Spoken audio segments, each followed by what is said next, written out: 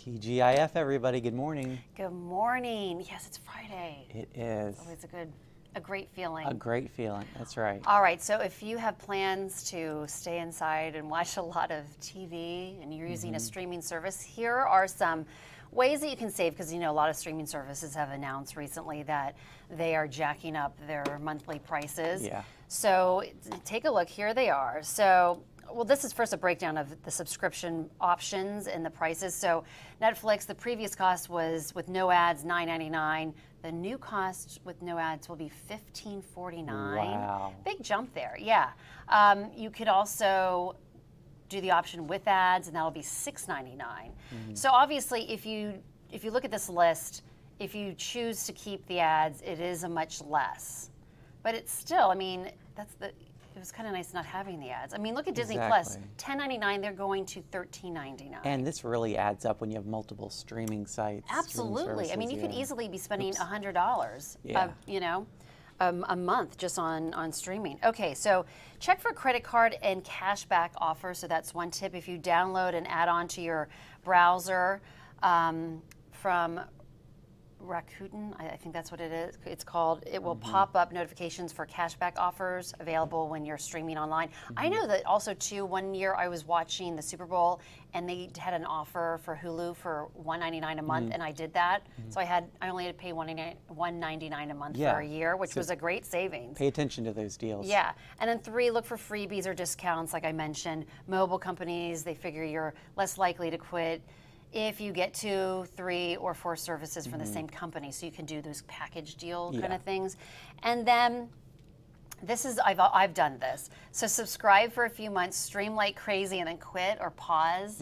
So I'm probably going to do that with one streaming service where I just want to watch this one show and then pause it. I do that all the time. I'll download a streaming service just for one show, and then when I'm done with it, I'm like, okay, I don't have any need for this. Exactly. So, and then don't overlook the free or low-cost alternatives. So you won't find the latest series or movies, but there are many collections that have the older entertainment. There are those reruns and those shows that aired even 10 years ago. So those are some options to kind of save as you're trying to stream and watch shows. Okay. We talked about this maybe a month or so ago, about changing your sheets, like how often you change your bed sheets. Yeah. Well, now the question is, how often should you be washing your pajamas? So the experts say you could do every day, or after 3 days. You could wear them for 3 days, and then you need to wash them. I guess it depends on if you take a shower before bed.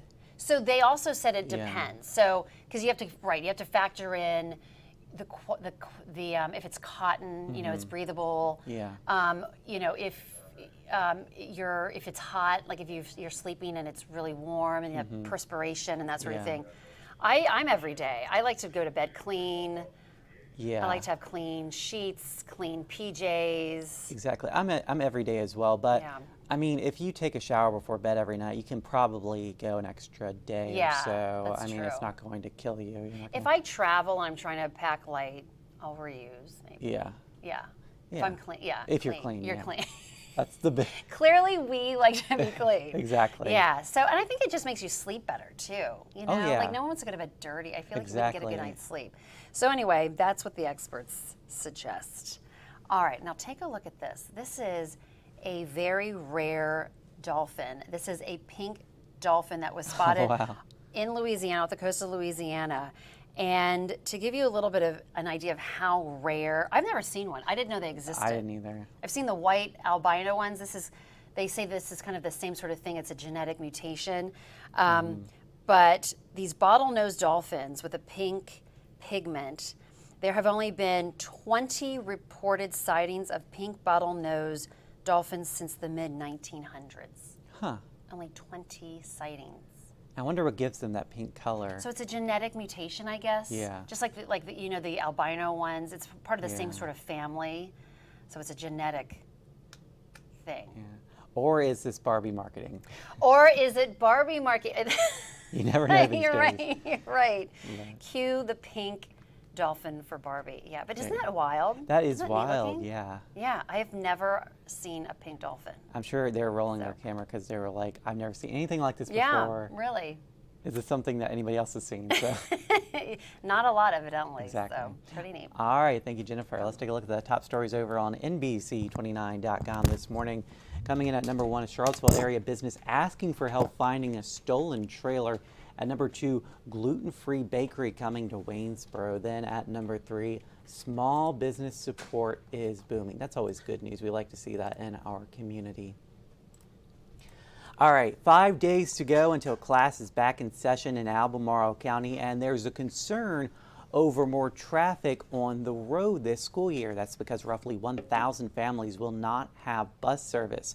So parents will need to take their kids to school themselves. We asked Albemarle Police and the school district if they had any plans for the possible extra traffic, and so far we're told there is no unified plan in place. Albemarle Police will watch and react, and you should expect to see more officers in and around school zones. School leaders in Charlottesville hope a new rule will keep students more focused in the classroom this year. Middle and high school students will need to have their cell phones off and put away. Superintendent Royal Gurley says the rule should allow teens to pay more attention to learning. After all, that's why they're in school to begin with, right? He also hopes students can work on their interpersonal skills and concentrate on mental wellness. Charlottesville Area Transit, or CAT, is launching a new low-emission microtransit program in Albemarle County this fall. It is partnering with transit tech company WVIR to provide the service called MicroCat.